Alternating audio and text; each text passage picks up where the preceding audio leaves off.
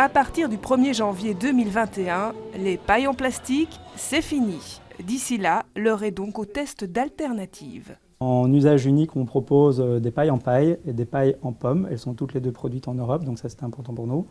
Et en paille réutilisable, on a des pailles en inox et des pailles en bambou. Les pailles recyclables, Arnaud Colette en a testé un paquet. Mais si aujourd'hui ce Bruxellois en fait son business, c'est un peu par hasard.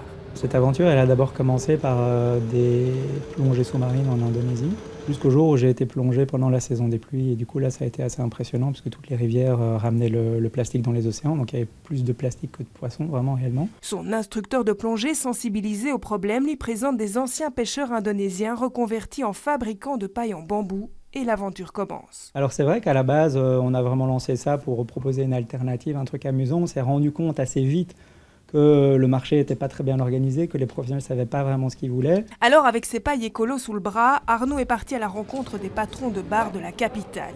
Dans cet établissement, on a décidé de supprimer complètement les pailles l'été dernier, mais face aux réclamations de certains clients, il a fallu céder. On a testé les pailles en carton qui se ramollissent, qui ne sont pas pratiques. Il y a les pailles en inox aussi.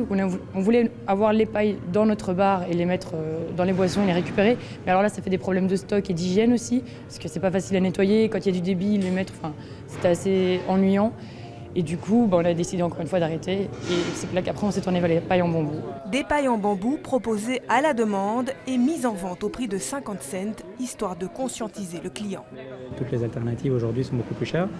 Et donc, comme je disais, c'est que pour moi, c'est une opportunité de changer nos habitudes de consommation, celles des consommateurs, mais aussi celles des restaurateurs. Si ce restaurant a décidé de tester cette alternative avant d'investir sérieusement, notre entrepreneur se réjouit d'avoir déjà réussi à conscientiser une centaine de bars, restaurants et hôtels de la capitale.